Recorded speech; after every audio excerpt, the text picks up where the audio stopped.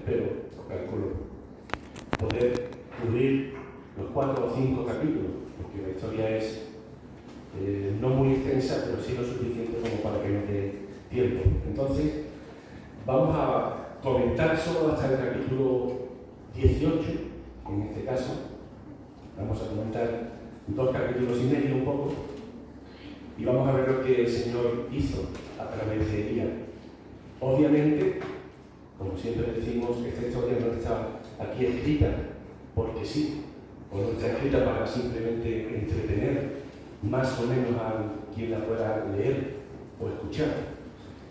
Está aquí con una intención, sin duda ninguna, y está seguramente con la intención de que pueda servir para ti y para mí en alguna de las cosas que vamos a estar viendo. Os invito, si queréis, a que me acompañéis en una pequeña lectura en Primera de Reyes, capítulo 16. Primera de Reyes, capítulo 16. Vamos a leer desde el versículo 29. Estos versículos que vamos a leer ahora nos van a poner en situación, nos van a poner en contexto, para que podamos ver y de esta manera poder comprender mejor lo que va a ir ocurriendo después. En qué momento de la vida del profeta, en qué momento de la vida del pueblo de Israel sucedieron estas cosas que vamos a ver. De manera que libro de Primera de Reyes, capítulo 16, vamos a leer desde el versículo 29 hasta el 34, para poder ver qué estaba ocurriendo allí. Nos dice la palabra del Señor que Acab, hijo de Omri, comenzó a gobernar Israel en el año 38 del reinado de Asa, rey de Judá, y reinó en Samaria 22 años. Sin embargo, Acab, hijo de Omri, hizo lo malo a los ojos del Señor, peor aún que todos los reyes anteriores. Y como si fuera poco haber seguido el ejemplo pecaminoso de Jeroboam, se casó con Jezabel, hija del rey Baal de los sidonios, y comenzó a inclinarse y a rendir culto a Baal. Primero, fijaos bien en este versículo 32, primero construyó en Samaria un templo y un altar para Baal en Samaria. Luego levantó un poste dedicado a la diosa Asea. Acab hizo más para provocar el enojo del Señor, Dios de Israel, que cualquier otro de los reyes anteriores de Israel. Y fue durante su reinado que Hiel, un hombre de Betel, reconstruyó Jericó. Poner los cimientos le costó la vida a su hijo mayor, Adrián. Terminar la obra y colocar las puertas le costó la vida a su hijo menor, Según. Todo esto sucedió de acuerdo con el mensaje de parte del Señor acerca de Jericó transmitido por Josué, hijo de Nun. Bueno, este es el contexto en el cual se está moviendo la vida de este profeta. La verdad es que el tiempo que a este hombre le tocó entrar en escena no fue un tiempo fácil, ¿verdad? Ni para él, como hemos estado viendo o leyendo, ni para el pueblo de Dios. Pues en este contexto moral y espiritual caótico es donde el Señor llama a este hombre, a Elías, para evidentemente poner orden en las cosas, ¿no? ¿Quién es Elías? Bueno, leemos el versículo 1 del capítulo 17, nos dice: ahora bien, Elías, quien era de Tisbé, en Galaad, le dijo al rey Acab: tan cierto como que el Señor vive, el Dios de Israel, a quien yo sirvo, que no habrá rocío ni lluvia durante los próximos años hasta que yo dé la orden. O sea, Elías era un profeta de un pueblecito, llamémoslo así, Tisbé, en Galaad. Un lugar, un pueblo pequeño, insignificante. Y un hombre también simple, pequeño, insignificante. Nos dicen los comentaristas que la gente de ese pueblo, de esa ciudad, era gente, ¿cómo decirlo? Gente campesina, gente tosca, gente sin muchos conocimientos, vamos a decirlo así. Gente vulgar.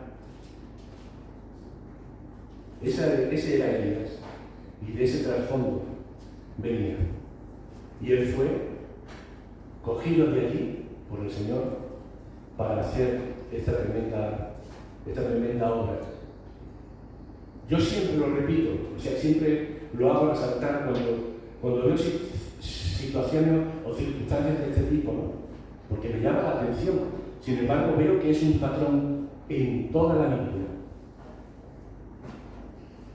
Podríamos pensar nosotros como hombres, como humanos, que, bueno, si vas a escoger a un hombre para hacer este trabajo tan importante y en una situación tan delicada, pues coge a un hombre preparado, coge a un hombre joven, fuerte, mentalmente preparado, culturalmente preparado, que pueda...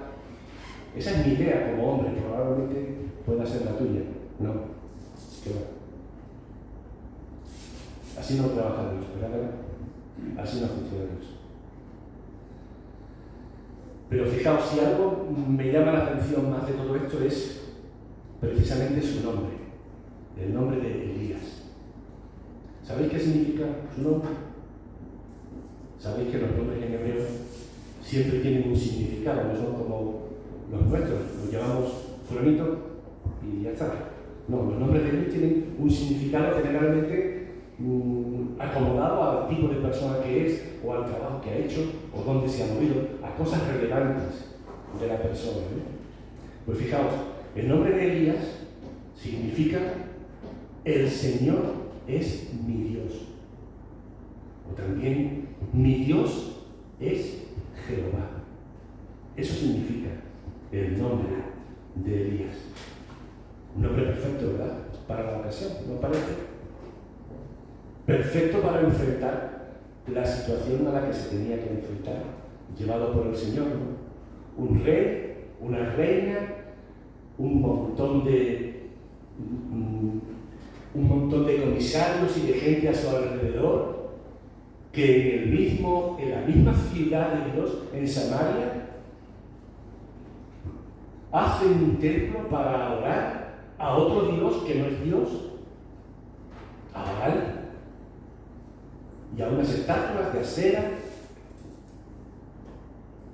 Los sacerdotes, cantidad de sacerdotes arrastrados y llevados, no todos, no, pero cantidad de ellos arrastrados a eso, a llevar al pueblo a la adoración de un Dios que no es su Dios, en su misma ciudad, en Samaria.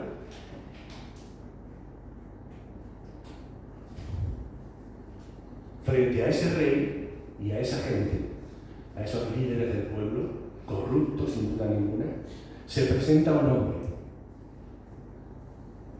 un hombre que se llama El Señor es mi Dios. Un nombre perfecto para la ocasión. Hermanos, el pueblo de Dios hoy necesita hombres como Elías, ¿verdad? Hombres sencillos, sí. Hombres humildes. Decididos a dar el mensaje de Dios donde sea y cuando sea y a quien sea necesario, ¿verdad? Hombres con valor, como tuvo Elías, para presentarte delante de toda la corte de aquel rey y decir que mi Dios es Jehová. Hombres que no tengan miedo de decir esto está mal, esto no se puede hacer, sin miedo. ¿Qué eres tú solo el que lo está diciendo? ¿Te encuentras solo frente a todos aquellos? Muy bien, pues solo. Pero esto está mal. Esto no es de Dios. Hombres con valor para enfrentarse a quien sea donde sea. El hombre, Elías, era un hombre sencillo, como hemos dicho, venía de un pueblecito ahí casi desconocido. Este hombre no venía de la corte del rey, no estudió en la escuela de los profetas, no era un hombre técnicamente, culturalmente preparado. Pero ¿sabéis qué? Que Dios lo usó. Pero además, Dios, como vamos a ver ahora, lo preparó para poder usarlo para sus propósitos. Nos dice el versículo 1 que hemos leído, que Elías, que era de Tisbe, en Galaad, se presentó delante del rey Acab y le dijo: tan cierto como que el Señor vive, el Dios de Israel, a quien yo sirvo, que no habrá rocío ni lluvia durante los próximos años hasta que yo lo ordene. Ese fue el mensaje que llevó Elías. Vamos a ponernos en situación, pues ya hemos visto el contexto, ¿no? Esto no debió ser nada fácil para él, ¿verdad? Vamos, yo entiendo que la cabeza de Elías no valía ni un céntimo en aquel momento en el que este hombre hizo esto, ¿verdad? Está claro que este era un hombre de valor, era un hombre que tenía valor. Esa debía ser, sin duda ninguna, una de sus cualidades, ¿no? Y Dios la usó, sin ningún motivo, o sea, sin ninguna duda. Pero vamos a notar otra cosa importante en esto, el contenido del mensaje. ¿Qué le dijo Elías a ese rey y a toda aquella gente? No va a llover en mucho tiempo hasta que yo lo diga. Curioso también el mensaje que le llegó, ¿no? Bueno, tengamos en cuenta lo siguiente.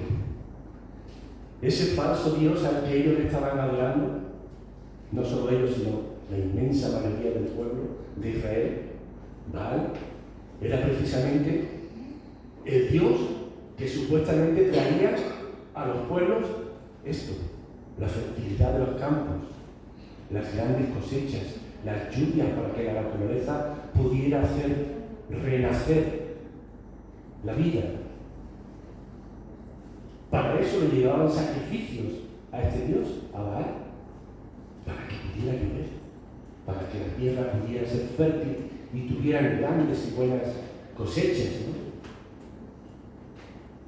Pues el mensaje que trae el profeta es sencillo y escueto. No va a llover hasta que Dios lo vuelva a hacer. Pensaría en esta gente, ¿qué pasará? ¿Qué pasará si este mensaje de este hombre se cumple, ¿no? Bueno, no hay problema. Tenemos a Baal, si tenemos que duplicar los sacrificios, pues lo haremos, ¿no? Para que pueda llover, ¿no? Eso fue probablemente, digo yo, ¿no?, lo que pudieran pensar estas personas, ¿no?, cuando Elías les dio este mensaje. Leemos versículos 2 al 6 de este capítulo 17. Nos dice: después de esto, el Señor le dijo a Elías: vete al oriente y escóndete. Vuelvo a repetir: vete al oriente y escóndete junto al arroyo de Gedi, cerca de su desembocadura en el río Jordán. Bebe del arroyo, come lo que te den los cuervos, porque yo les he ordenado que lleven comida. Entonces Elías hizo lo que el Señor le dijo y acampó junto al arroyo de Gedi, al oriente del Jordán. Y los cuervos le llevaban pan, carne por la mañana, por la noche, y bebía del arroyo. Sin embargo, poco después, el arroyo se secó. Vamos a ver Elías. Sigamos pensando de una forma, como dijimos antes, humana, lógica, razonable. Lo normal hubiera sido que Elías, pensando de esta forma humana, razonable, lógica para ti y para mí, lo normal no hubiera sido que Elías hubiera estado allí en la corte de este rey, junto a aquellos profetas, y estuviera como un aguijón, ¿no?, pinchando y recordando y diciendo: tienes que dejar este estado de idolatría, tienes que destruir ese monolito, tienes que destruir ese templo para adorar a Baal. Dios te está llamando, Dios te está buscando. No sería lo razonable, lo lógico, un día y otro día y otro día, intentar convencer a aquellos. Bueno, estos son los pensamientos nuestros, ¿verdad? Ya nos dice la palabra repetidamente, ¿verdad?, que sus pensamientos no son nuestros pensamientos, ¿verdad? Sus caminos no son nuestros caminos. Por eso Dios le dice al profeta, en vez de quedarte ahí en la corte con el rey, a insistirle y a convencerle de que tiene que cambiar su actitud, te vas a esconder. Y Elías obedeció, ¿verdad? Elías obedeció. Señala simplemente un par de razones posibles, ¿no?, por las cuales Dios tomará esta decisión de hacer que se escondieran. Obviamente, Dios quería prevenir y guardar la vida de Elías, ¿verdad?, frente a aquel rey. No sé cuánto habría durado Elías si se hubiera quedado allí en la corte del rey. ¿Cuánto habría durado sin que le cortaran la cabeza, verdad? Pero había una razón más importante todavía que esta. Había una razón más importante. Y es que Elías necesitaba entrenamiento. Elías necesitaba un tiempo de entrenamiento. Necesitaba ser capacitado por el Señor para la obra que iba a hacer. De modo que aquel tiempo allí, escondido, en el arroyo de Kerit, no fue ningún castigo ni nada que se le pudiera parecer. Fue un tiempo necesario para aprender. Un tiempo en el que él estuvo a solas con Dios. Un tiempo lejos de cualquier distracción, de todas las cosas que en el mundo, en nuestras vidas normales, nos llevan, nos traen, nos sacan. Un tiempo de oración, sin duda ninguna. Vemos que la oración, en toda la historia de este hombre, es vital, fundamental. Oración, comunicación directa, fiel, sencilla con el Señor. Y por supuesto, también vemos a que aunque estuviera en un arroyo, allí medio olvidado, podía parecer que estuviera. Él no estaba solo. Él pudo experimentar en todo ese tiempo la compañía y la mano de Dios en su vida. Pero era necesario que él estuviera ahí, escondido, ahí, en un rincón. Me vas a conocer bien, Elías, para poder hacer la obra que tengo que hacer. No sé cuántos de aquí habéis hecho el servicio militar. Por la edad que tenemos, los más mayores sí la hemos hecho. Es por poner una comparativa, ¿no? Vamos con 18, 20, 21 años al servicio militar, nos sacan de nuestra casa, comoditos que estamos, nos están dando de comer, nos están dando estudios, o estamos trabajando y ganándonos un soldito, ¿verdad? Tenemos nuestra habitación privada y de pronto nos sacan de allí y nos meten en un cuartel. Y cambia radicalmente, hermano, cambia radicalmente nuestro concepto de las cosas, ¿verdad? Acostumbrados a hacer lo que queremos, cuando queremos, acostumbrados a que nuestra madre, nuestro padre nos diga, mío, haz tal, haz cual, y le contradigamos o le digamos, ahora no puedo, a llevarnos a un sitio donde nos dicen esto. Y eso tiene que ser ya. Y tiene que ser como te dicen. porque si no, hay que pensar, ¿verdad? Se suele decir que en la mili le bajan a la gente los humos, ¿no? Nos bajan a la gente los humos. Bueno, en cierto modo, desde el punto de vista emocional, sí, hay una relación. Te enseñan a obedecer, digámoslo así, ¿verdad? Te enseñan que la autoridad que está por encima de ti, tiene la sartén por el mando, ¿verdad? Y tú tienes que obedecer. Sin duda ninguna. Ahí se recibe adiestramiento, no solo militar, no solo te enseñan a manejar un arma, también psicológicamente te enseñan a obedecer de una forma radical, ¿no? Eso también lo aprendió Elías en ese tiempo que estuvo en el arroyo de Kerit. Y también yo, como dije al principio, como Dios provee, porque Elías no estuvo solo allí, abandonado, estuvo con él provee. Fijaos, en toda la historia de Elías que vamos a estar viendo este domingo y otros, si Dios quiere, que podamos usar para poder terminar el resto de la historia de Elías, Dios va dando a Elías órdenes sencillas y escuetas. La primera orden, ¿cuál fue? El primer encargo. Elías, ve al rey Acab de su corte y dile que no va a llover en mucho tiempo hasta que Dios lo diga. ¿No es cierto? La primera orden directa. Segunda orden. Elías, vete al arroyo de Kerit y escóndete. Yo te voy a mantener y te voy a sustentar, los cuervos te van a traer comida. Punto. Y aparte, ya está. Elías no conocía los detalles del plan de Dios, ¿verdad? Las órdenes fueron escuetas. Se entiende, podemos entender que Elías comprendía cuál era el propósito de Dios. ¿Cómo no? Estaba viendo a un pueblo totalmente contaminado, perdido, adorando a un Dios falso en su propia tierra, con un templo de ellos. Es obvio que Elías podría pensar para qué estaba allí, pero fijaos las órdenes que estaba dando Dios. Dios le habla de agua, no va a llover.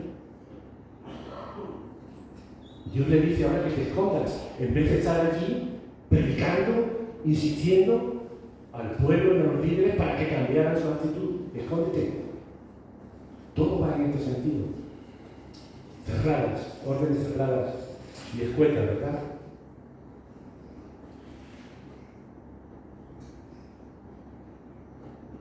Elías estaba aprendiendo, ¿verdad? Dios habla y yo obedezco. Tal como hemos visto anteriormente, con el ejemplo sencillo de la mili, ¿verdad? Elías no conocía los detalles del plan de Dios. Dios no se los quiso revelar. Él podía sencillamente intuir. Pero Dios habla, y aunque yo lo entienda, yo obedezco, ¿verdad? Hemos leído la parte final de este último versículo que el tiempo pasó, obviamente, y bueno, como no llovía, porque no llovía, el arroyo se secó, ¿verdad? El principal medio de sustento vital que él tenía se secó. Vaya. El texto no nos dice que hubiera ningún tipo de reacción por parte de Elías, ¿no es cierto? Pero yo quiero pensar y entiendo, a la luz de todo el contexto de la historia de este hombre, que al margen de simplemente el asombro y la preocupación lógica y normal que pudiera haber en Elías cuando yo llegaba ya, casi ya no ocurría, yo quiero entender que no hubo una reacción negativa de Elías hacia Dios por aquel suceso. Yo creo que si lo hubiera habido, el texto lo diría, como lo dice más adelante, porque Elías no era un superhombre, era un hombre como tú, como yo. Y más adelante en la historia de Elías vamos a ver cómo su debilidad se hace manifiesta y Dios la hace manifiesta en el texto. En este caso, no hay ningún comentario, por lo tanto entiendo que Elías no tuvo una reacción negativa. Esto me lleva a pensar, ¿no?, que los resultados del trabajo que Dios estaba haciendo en Elías se estaban empezando a ver, ¿verdad? Hermanos, a veces pensamos que ciertas cosas que tenemos en la vida, no sé, puedo pensar en nuestro esposo, nuestra esposa, nuestros hijos, nuestro buen trabajo que tenemos para poder subsistir aquí en la tierra. A veces pensamos que estas cosas son derechos adquiridos, ¿no? Esto es mío, este es mi derecho. Yo me lo merezco. No sería justo que Dios me lo quitara, ¿verdad? Cuando algo de eso ocurre, miramos al cielo, ¿verdad?, y decimos, ¿por qué, Señor? Esto no es justo. ¿Por qué me veo en esta situación? Elías estaba aprendiendo a descansar en la provisión del Señor. Estaba viendo que efectivamente Dios estaba con él en aquel arroyo y no le abandonaba. Por eso ocurre lo que sigue ocurriendo ahora, ¿verdad? Desde el versículo 8 hasta el versículo 24 tenemos la historia. Vamos a ver desde el versículo 8 al versículo 24 del capítulo 17 para seguir viendo la historia. Nos dice que el Señor luego le dijo a Elías: vete a vivir a la aldea de Sarepta, que está cerca de la ciudad de Sidón. Yo le he ordenado a una viuda que allí te alimente. Hermanos, punto. Otra vez, igual que las anteriores, ¿no es cierto? Vete a la aldea, y allí una viuda te va a recoger y allí vas a estar. Punto. No sería lógico, razonable que ella pensara, bueno, ¿y ahora qué? Pues yo voy, lo hago bien, pero ¿por qué? ¿Cuál es tu propósito aquí? Elías obedeció la palabra del Señor sin rechazar, como solemos decir nosotros, sin poner obstáculos, sin poner condiciones. Elías fue. Dice el versículo 10 que Elías se dirigió a Sarepta y cuando llegó a las puertas del pueblo vio a una viuda que estaba juntando leña y le dijo: por favor, ¿podrías traerme un poco de agua en una taza?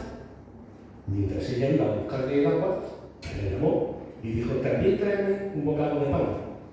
Pero ella respondió: le juro por el Señor su Dios que no tengo ni un pedazo de pan en casa. Solo me queda un puñado de harina en el frasco y un poquito de aceite en el fondo del jarro. Estaba juntando algo de leña para poder preparar una última comida. Y después ya de esto, mi hijo y yo moriremos.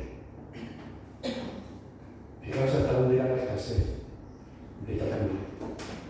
Bueno, Elías le respondió: no tengas miedo, sigue adelante y haz exactamente lo que acabas de decir. Pero primero, cocina un poco de pan para mí. Y luego, con lo que te sobre, prepara la comida para ti y para tu hijo. Porque el Señor Dios de Israel dice que siempre habrá harina y aceite de oliva en tus recipientes, hasta que el Señor mande lluvia y vuelvan a crecer los cultivos. La provisión de Dios, ¿verdad? Sin problema. La provisión de Dios. No te preocupes, no va a faltar la harina. Versículo 17. Tiempo después, el hijo de la mujer se enfermó y cada día empeoraba más hasta que finalmente murió. Entonces, la mujer le dijo a Elías: ¡ay, hombre de Dios! ¿Qué me has hecho? ¿Qué me ha hecho usted? ¿Ha venido aquí para señalar mis pecados y matar a mi hijo? Pero Elías contestó: dame a tu hijo. Entonces Elías tomó el cuerpo del niño de los brazos de la madre lo cargó por las escaleras hasta la habitación donde él estaba alojado y lo puso sobre la cama. Después Elías clamó al Señor: oh Señor mi Dios, ¿por qué has traído desgracia a esta viuda que me abrió su casa al provocar la muerte de su hijo?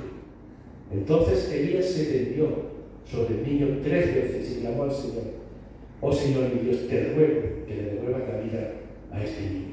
Y el Señor oyó la oración de Elías y la vida del niño volvió. Bonita historia, ¿verdad?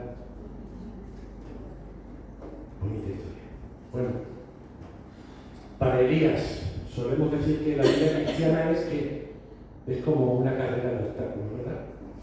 Saltamos uno, estupendo, pero ya sabemos que a ver cuánto tarda en venir el siguiente, y el siguiente, y el siguiente, ¿verdad? Así es, efectivamente, la vida cristiana. Eso pudo pensar quizás Elías, ¿no? Al vivir ahora esta nueva experiencia con la mujer viuda y con el niño, ¿no? Señor, el niño ahora se muere y esta mujer me responsabiliza a mí y a ti, en este caso, ¿no? De la muerte de este niño.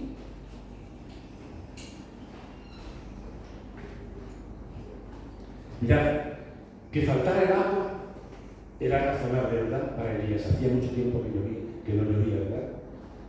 Que Dios pudiera, sin ningún problema, hacer que de una tinaja de aceite, el aceite no se gaste aunque tú lo estés usando, ese milagro para Elías, conociendo a su Dios, no debe ser ningún problema, ¿verdad? Pero hermanos, que resucitar a una persona,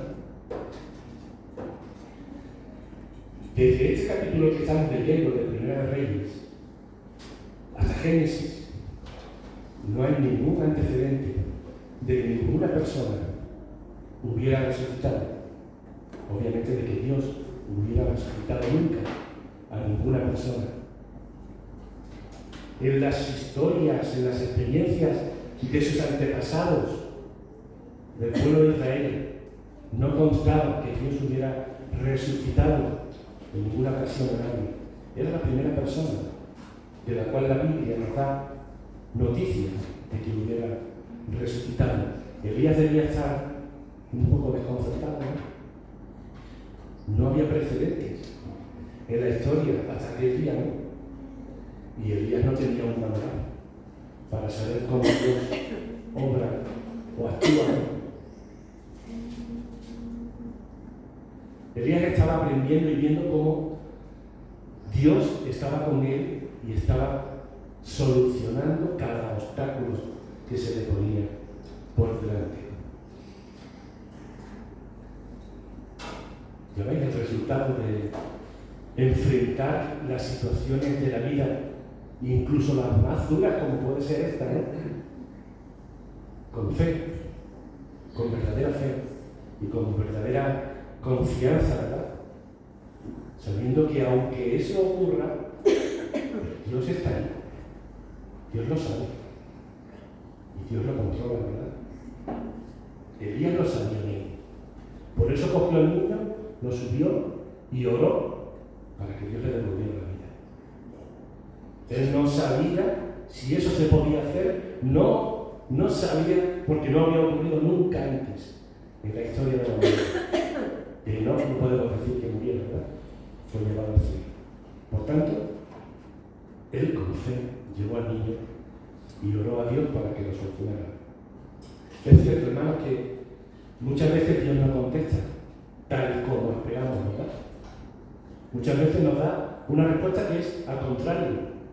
O muchas veces incluso nos parece que Dios no responde o no escucha, porque no se abre ninguna puerta. Tampoco se cierra ninguna otra. No pasa nada después de nuestra oración. Hermanos, no nos quepa la menor duda de que Él está ahí, de que Él ha oído la oración y de que su voluntad se va a cumplir sin ninguna medida. Por amor al tiempo no podemos leer el capítulo 18, pero repito, creo que todos conocéis la historia, ¿verdad? Ahora viene la tremenda historia en la cual se nos cuenta cómo Dios desafía, por medio del profeta, Dios desafía a aquellas personas, ¿verdad? Ya han pasado algo más de 3 años y no ha llovido nada en ese tiempo. Había escasez, había hambre, estaban pasando dificultades tremendas, porque Dios dijo que no iba a llover en mucho tiempo. ¿Os imagináis la confianza que podían tener ese rey, la reina y aquellos profetas de Baal y el pueblo que les seguía, obviamente, ¿no? La confianza que podían tener en Baal en esos momentos. Baal era el dios de la fertilidad, de los campos, de las buenas cosechas. La credibilidad debería estar por los suelos, ¿no? No lo dice el texto, pero probablemente hubieran aumentado los sacrificios, ¿no? Es que Baal no debe estar contento, vamos a darle más. Es posible, es probable, ¿no? Es humano pensar esto, ¿no?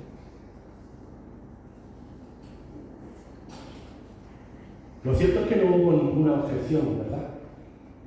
Ninguna objeción cuando el profeta Elías le dice aquí al rey y le plantea la disyuntiva, ¿no? A ver, vamos a poner un altar aquí con vuestro Dios Baal y otro aquí. Mi Dios es Jehová. Y vamos a coger un toro, lo vamos a poner aquí, y otro lo vamos a poner allí, y vamos a poner leña, y ahora vamos a pedirle, vosotros a vuestro Dios y yo a mi Dios, que queme el sacrificio, y a ver qué ocurre, ¿verdad? Todos conocéis la historia. No solo el toro en el altar de sacrificio de Dios de Israel, no solo se puso el toro en la leña, sino que encima se cubrió todo de agua para que fuera aún más difícil y complicado. Y el resultado también lo conocemos, ¿verdad? Dios obró una vez más ese gran milagro. Mientras unos oraban a aquella estatua, como se decía esta mañana, de madera, de piedra, de lo que quiera que sea, que no tiene ningún valor, que no tiene ningún poder, que no tiene vida, y le pedían que obrara el milagro de quemar aquel sacrificio, mientras ellos lo hacían y no ocurría nada, obviamente, porque aquello era un trozo de madera o de piedra. El otro altar del Dios de Elías se quemó por completo, ¿verdad?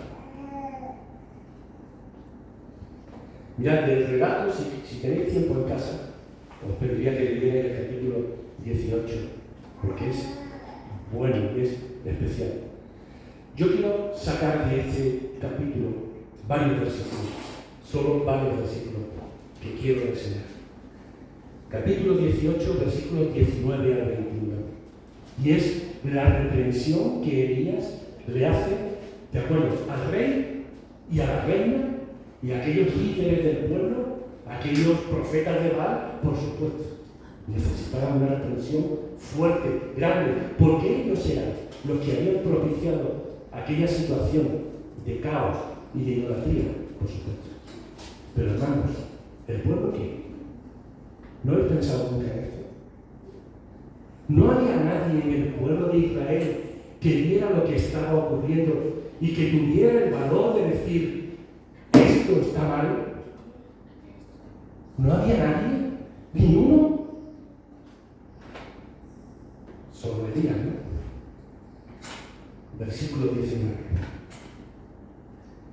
Ahora convoca a todo Israel para que se reúna conmigo en el monte Carmelo, junto con los 450 profetas de Baal y los 400 profetas de Asera, a quienes Jezabel, la reina, mantiene.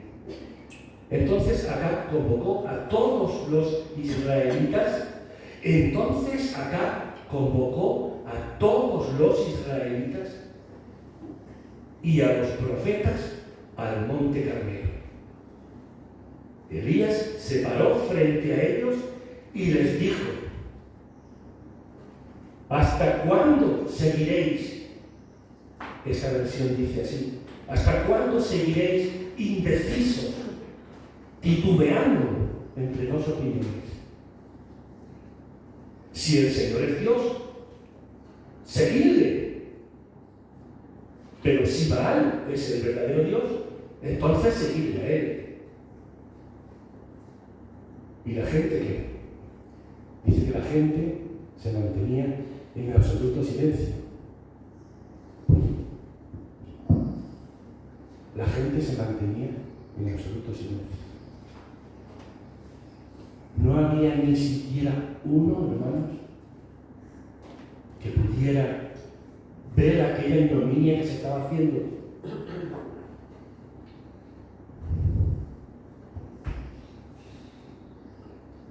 La inmensa mayoría del pueblo había tomado partido. Y había tomado partido por seguir la corriente, por seguir a la mayoría.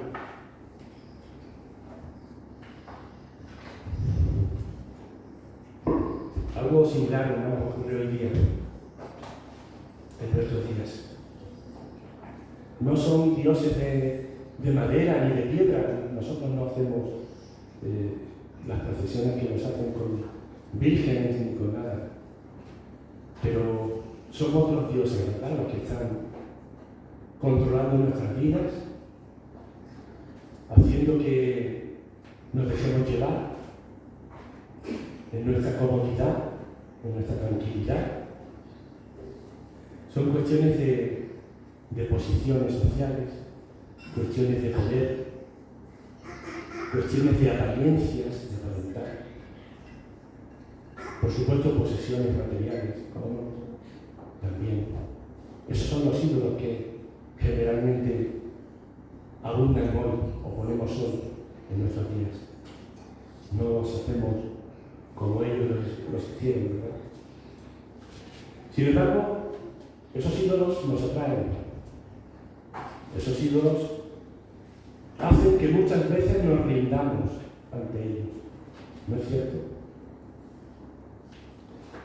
Esas palabras que el profeta les dirige al pueblo, esa reprensión, a mí me lleva, no sé si a vosotros también, me lleva directamente a la Odisea, al mensaje que el Señor le da a la iglesia de la Odisea en Apocalipsis, ¿verdad?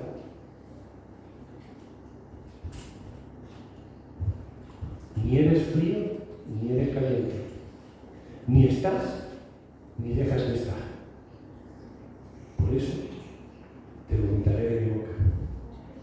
Y este es el panorama, hermano, que vivimos hoy día. Los creyentes del cristianismo, eso no es nada que pueda ocurrir de una forma individual en esta iglesia o en aquella o en la otra. Es en todo el pueblo cristiano. Se vende fácil un cristianismo light, como se suele decir, sin compromiso ninguno, ni con el Señor, ni por supuesto con ninguna iglesia. Más que asistir, eso sí, algún domingo al culto. Parece que eso es suficiente, ¿no? Parece que eso es suficiente probablemente para callar alguna conciencia, para nada más. Pero sin duda ninguna todo eso es estéril, hermanos, y no conduce absolutamente a nada, ¿verdad? Bueno, la oración de Elías, Dios la respondió, ¿verdad? Aquello se quemó. Y este milagro fue sin duda ninguna de gran ayuda para que el pueblo pudiera ver el error en el que estaban desenvolviéndose, ¿verdad? Y pudieran empezar a volverse al único Dios y verdadero. Hermanos, Elías fue en esta historia el protagonista, simplemente, o uno de los protagonistas de esta gran escena, ¿verdad?, del enfrentamiento con aquellos hombres, con aquellos profetas. Pero, hermanos, el mayor enfrentamiento de toda la historia de la humanidad ya tuvo lugar y se dio lugar en el Calvario, donde el gran enemigo de Dios fue derrotado por el sacrificio que Jesús hizo, ¿verdad? ¿Y por qué razón? muy similares a las que estamos viendo. Porque Dios pudo contar con la obediencia y la dedicación total de su Hijo Jesús para hacer su voluntad. Era la voluntad de Dios que Él muriera en aquella cruz por ti y por mí. Y Jesús, igual que Elías, sin objeciones, sin dudas, sin reproches, fue a la cruz a morir por ti y por mí. A morir por ti y por mí. Colosenses, capítulo 1, versículo 20, creo que es. Nos dice que por medio de Él, por medio de Jesús, Dios reconcilió consigo todas las cosas e hizo la paz con todo lo que existe en el cielo, en la tierra, por medio de la sangre de Cristo en la cruz. Hermanos, este es el Evangelio. Este es el Evangelio. ¿Has experimentado alguna vez un milagro como, no te voy a decir como estos, porque son tremendamente grandes, pero has experimentado alguna vez un milagro del Señor en tu vida? No uno fácil, no uno clásico, como solemos decir. Es un milagro que salga el sol todas las mañanas. Es un milagro que nos despertemos. No, un milagro. ¿Te has visto en alguna situación verdaderamente delicada, totalmente fuera de tu control, que tú has puesto en las manos del Señor? Señor, necesito esto, ya. Y el Señor te ha respondido. ¿Has tenido esa experiencia? Piensa en ello, hermano. Lo dejamos hasta aquí, y si Dios quiere en su voluntad, volveremos a seguir con la historia de Elías, porque sabéis que conocéis la historia, sabéis que ocurrieron más cosas, y son muy interesantes. Las vamos a ver otro día. Nos quedamos con esto por ahora, hermanos. Herramientas usadas por Dios con Elías en esta historia que hemos visto hasta ahora. En primer lugar, valor. Tener valor para llevar la palabra de Dios donde sea, cuando sea y frente a quien sea. Hermanos, valor. Segundo, obediencia. ¿Cómo no? Señor, tú dices esto. A mí me parece que no, como hombre que soy. Pero esto es. Y esto hago. Yo te sigo sin cuestionar. Pero Señor, ¿cómo me vas a mandar que me esconda? Si tengo que predicar tu palabra, escóndete en el arroyo de Cristo. Obedece, obediencia. Oración, 3 años en un arroyo, ahí solo. No estaba solo. Estaba teniendo la experiencia probablemente más intensa de su vida con el Señor. Alejado de todo tipo de distracciones y de cosas, estaba viviendo con el Señor. Comunicación ininterrumpida.